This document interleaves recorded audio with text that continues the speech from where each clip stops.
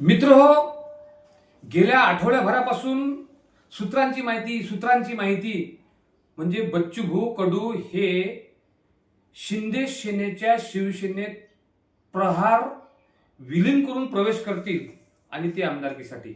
आणि ते भयाळ भोक्याचा संजय राऊत ज्याने शिवसेना ही पूर्णपणे खतम करून टाकली, तो भयाळ भोकाचा संजय राऊतचा स्टेटमेंट आहे की बच्चूभाऊ कडू प्रहार संघटना विलीन करून आमदारकीसाठी ते शिंदे सेनेत येत आहेत. अशा या संजय राऊतने भयाळ भोक्याच्याने हे सर्व स्टेटमेंट देऊन हे उद्धव साहेब ठाकरे यांची शिवसेना नेस्तानाबूत केली. पहिल्यांदा वाटत होतं की शिवसेना ही मूळ उद्धव साहेबांची, पण जेव्हा लोकांच्या लक्षात आलंय की घरी बसून शिवसेना चालवल्या जात नाही, ते कार्यकर्त्यांच्या कामात पडून शिवसेना चालवली जाते, तेव्हाच त्या शिवसेनेचं संघटन राहते. मुंबईत बोलून हा संजय राऊत बळबळ करतो. प्रहार पक्ष हा विलीन न करता बच्चूभाऊ कडू शिवसेनेत त्यांनी प्रवेश केला. मग असंच समता परिषद छगन भुजबळ यांनी वेगळी ठेवून राष्ट्रवादी काँग्रेसमध्ये प्रवेश केला होता. पण त्यांचं काही झालं, त्यांच्यावर कोणी बोलतोय का? प्रहार सोडून दुसऱ्या पक्षात प्रवेश केला म्हणून कित्येक लोक बोलत आहेत. पण प्रहार पक्ष स्थापन करून ज्या माणसांनी 4 वेळ अपक्ष, तेही राष्ट्रवादी एक संघ असताना, शिवसेना एक संघ असताना, बीजेपी एक संघ असताना ते 4 वेळा अपक्ष आले. पण महाराष्ट्रातलं राजकारण हे गलिच्छ झालेलं आहे. राजकारण हे पैशावर आलेलं आहे. 300 केसेस आणि अजूनही चालू आहे. जेव्हा हे बच्चूभाऊच्या लक्षात आलं की आपण एकटे बलाढ्य अशा बीजेपीच्या विरोधात आपण उभे राहू शकत नाही, आणि शेतकऱ्यांचे प्रश्न त्यांनी जेव्हा जेव्हा ज्वलंत केले, तेव्हा काही गावात शेतकऱ्यांना 200 लोकांना कर्जमाफी भेटली, पण बच्चूभाऊच्या भेटीला कोणी गेलं नाही. ही बच्चूभाऊ यांची सुद्धा खंत त्यांनी बोलून दाखवली. आणि कोणी म्हणते की आमदारकीसाठी ते लायसाटेपणा करतात, कोणी म्हणते मंत्रिपदासाठी बच्चूभाऊ यांनी प्रहार पक्ष गुंडाळला. पण आज जेव्हा त्यांची पत्रकार परिषद घेतल्यानंतरही ते तेच बोलले, आणि एकनाथ शिंदे सुद्धा तेच बोलले की प्रहार ही सामाजिक संघटना आहे आणि शिवसेना हा पक्ष आहे.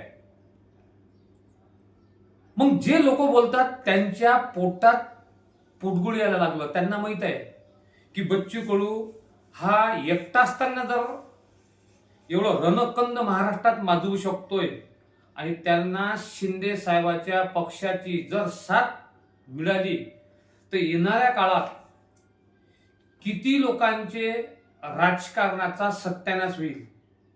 कारण बच्चू भाऊ कडू एकटे असताना जर एवढी ताकद लावतात, तर आता तर महाराष्ट्रात 2 नंबरचा पक्ष शिंदे साहेबांचा त्यांच्या पाठीमागे आहे. कारण जेव्हा नितेश राणे आणि निलेश राणे वेगवेगळे होऊन डॉक्टर नितेश राणेच्या मागे ताकद लागली, तेव्हा तो त्याच्या वडिलाला सुद्धा आटपला नाही, म्हणजे नारायण राणेला. अशी परिस्थितीत येणाऱ्या काळात अमरावती जिल्ह्यात किंवा विदर्भात बच्चूभाऊ कडूचं प्रहारचं संघटन आणि शिवसेना शिंदे साहेबांचं संघटन, कारण शिंदे साहेबांची शिवसेना ज्या प्रमाणात पाहिजे त्या प्रमाणात त्यांना विदर्भात यश मिळालं नाही. आणि आता बच्चू कडू सारखा खमक्या नेता हा जर शिंदे साहेबांच्या हातात आला, तर येणाऱ्या काळात बच्चूभाऊ काय करू शकतात हे सर्वांना माहित आहे. एकटा बच्चूभाऊ कडू हा जर यवतमाळची नगर परिषद आणू शकते, कित्येक जागी त्यांचे नगरसेवक आहेत, कित्येक जागी त्यांचे सरपंच आहेत. एकटा बच्चूभाऊ जर एवढा मोठा बलाढ्य पक्ष जेव्हा होते तेव्हा ते अपक्ष आले, आता तर सारा फुटीरवाद झाला. अशा वेळेस जर बच्चूभाऊ कडू त्यावेळेस जर 360 केसेस जर अटपला नाही, खरंच शिंदे साहेबांनी जर त्यांना प्रोटेक्शन दिलं, तर बच्चूभाऊ कडू हे महाराष्ट्रात गाजलेले तर आहेतच, पण येणाऱ्या काळात लय मोठं नाव येईल. मला असं वाटते की बच्चू कडूंनी स्वतःचं राजकारण टिकवण्यासाठी हा जरी निर्णय घेतला असतील, पण शेतकरी आणि अपंगासाठी त्यांचं स्टेटमेंट पत्रकार परिषदेमध्ये काय आलं, त्यानंतर शिंदे साहेबाच्या समोर सुद्धा त्यांचं काय आलं. मग आता हे जे बाणगुळ त्यांच्या विरोधात बळबळ करून राहिले, यांना त्यांचं राजकारणातलं अस्तित्व टिकायचं आहे. पक्ष बदलून म्हणा का कोणाच्या चपला उचलून म्हणा, आणि तेच राजकारण टिकवण्यासाठी बच्चूभाऊ कडू यांनी जर सोयीस्कर निर्णय घेतला तर यांच्या पोटात दुखतंय. कारण येणाऱ्या काळात अमरावती जिल्ह्यातल्या काही लोकांचं मंत्रिपद जाईल आणि काही लोकांना ते नेस्तानाबूत करते, कारण एवढे प्रबळ हे बच्चूभाऊ कडू आहेत. या वेळेला प्रवीणभाऊ तायडे हे सुद्धा जनमानसातला माणूस आहे. त्यांनी बच्चूभाऊ कडू यांना पराभूत केलं. पण बच्चूभाऊ कडू पराभूत झाल्यानंतर त्यांनी जे महाराष्ट्रात आंदोलन केले आणि स्वतःच्या प्रहारच्या बॅनरवर एवढं कोणीच करू शकलं नाही, आणि तोच मोहरा बरोबर एकनाथ शिंदे यांनी हेरला. कारण एकनाथ शिंदे हा एवढा चतुरस्थ माणूस राजकारणात, म्हणजे आता तरी असं वाटायला लागले की उद्धव ठाकरे बाळासाहेब गेल्यानंतर हे फक्त यांच्याच भरोशावर होते, शिंदेच्या. प्रत्येक वेळेस त्यांनी पवित्र घेतले आणि त्यांचे ते पवित्र सक्सेस होत आहेत. येणाऱ्या काळात बीजेपीला शह देणारा पक्ष फक्त शिंदे सेनेचा आहे असं म्हणण्यास काही हरकत नाही. पण जे सध्या बच्चूभाऊ कडू यांचा तिरस्कार करण्यात समोर समोर येत आहे, त्यांना सुद्धा माझं प्रामाणिक म्हणणं आहे, जसं तुम्हाला तुमचं राजकारण साधायचं आहे तसं बच्चूभाऊची तपश्चर्या राजकारणात तुमच्यापेक्षा कितीतरी पट आहेत.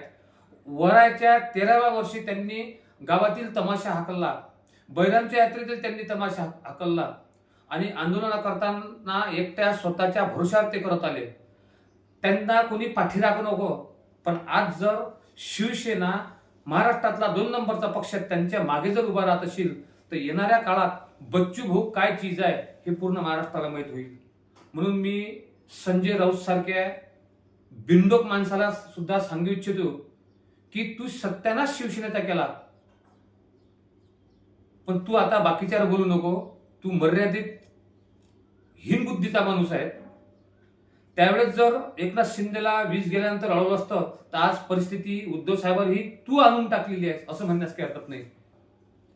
बच्चूभाऊ कडू यांना सुद्धा समजलं होतोय की आता प्रहार पक्ष हा महाराष्ट्रात नाही पण अमरावती जिल्ह्यात सुद्धा टिकणार नाही.